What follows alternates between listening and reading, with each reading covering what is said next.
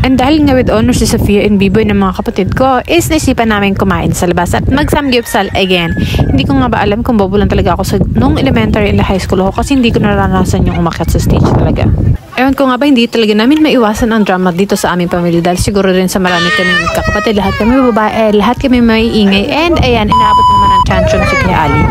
Araw-araw kami ganito, araw-araw kami mahiingay, yung iba wala nang pakalam kasi it's a normal thing for us. So, going back, ayun na nga, pumunta na kami dito sa Opa Kitchen kung saan kami nagpa-reserve. So, yes, nagpa-reserve na po kami, tumawag na ako sa kanila kasi nga marami kami and ayokong darating kami na nagkakagulo dahil wala pa, hindi pa ready yung food. So, ayan, pagdating namin is talagang ready na yung food which they told me na nung nagpa-reserve ako. So, ano pa ba, wag na magpatumpik-tumpik pa at magluto na. So, yun na nga, nagluto na kami. Habang ito namang anak ko, Diyos ko po, binubulso na yung mga diamante dito.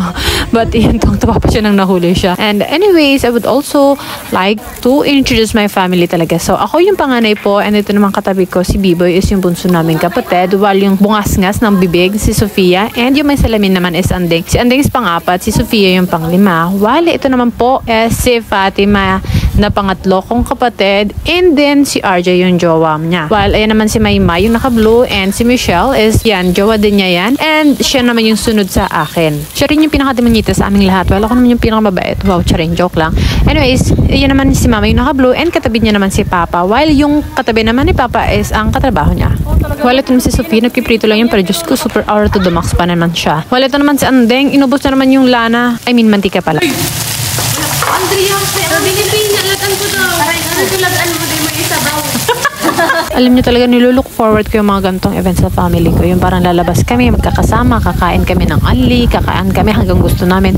Kasi when we were kids pa, elementary until high school, parang talagang grabe yung hirap ng buhay. May times na hindi kami makakapasok kasi nga walang pamasahe, walang maibigay talaga sila papa kahit piso. And then, there are times na yung isang lata ng sardinas paghahati-hati. Tuwang-tuwa na kami kapag nakakabili kami ng 555. May mechado, afritada, adobo at kung ano na flavor pa kasi feeling mo mayaman kami yan na pagkakasya namin yan. But now, we can afford it na nakakapagbigay na kami ng kung ano-ano sa family namin, nabibili na namin yung mga gusto namin, nakakakain na kami ng halos dati 50 pesos mo lang isang kain, pero ngayon halos 500 na isang kain mo lang. Diyos ko, talagang napakabait naman ng Jesus kung talagang pagsisikapan nyo kasi kapag nung wala akong pera talagang kapag sabi ko na nababaliw ako, parang akong nauulol, gusto ko magkakapera kung ano-anong iniisip ko para lang magkapera, pati internet, sinesearch ko yan, how to make money online. So yun na nga, nakakatuwa lang balik-balikan na kasi dati hindi mo nabibili, ngayon afford mo na sobra-sobra pa, diba? Nga pala, pwede bang pakicomment nyo kung saan kayo nanonood ngayon para naman malaman ko kung saan na nakakarating itong video ko. At sa mga taga-diet naman dyan, ako I recommend na dito na lang kayo kumain sa Opa Kitchen kung 199 lang naman ang hanap nyo. Sarap yung meat, hindi mataba, hindi kayo mga high blood. And then, only po yung serving nila ng juice. Though yung lettuce is 1 serving for 2 person. Ganon din yung cheese and then ganon din sa eggs 2 nila. But kung meat lang po yung pag-uusapan, talagang legit na masarap dito. Hindi mataba, malaman siya, malambot, and masarap din yung pagkakamarinate niya ha.